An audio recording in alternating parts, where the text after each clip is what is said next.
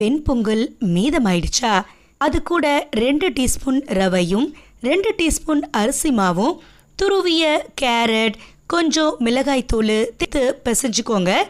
ஒரு பிளாஸ்டிக் ஷீட்ல எண்ணெயை தடவி அதுல பிசைஞ்ச இந்த கலவையை உருண்டைகளாக உருட்டி நல்லா தட்டி சூடான தோசை கல்லுல எண்ணெயை ஊற்றி ஒவ்வொன்றா போட்டு சுவையான மாலை நேர அடை தோசை ரெடிங்க.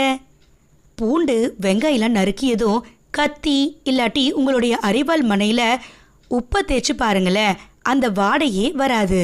தேங்காய் சாதம் எலுமிச்சை சாதம் தயாரிக்கும் போது பொட்டு கடலைய கொஞ்சம் வறுத்து கொட்டி பாருங்களேன், சுவையா இருக்குங்க.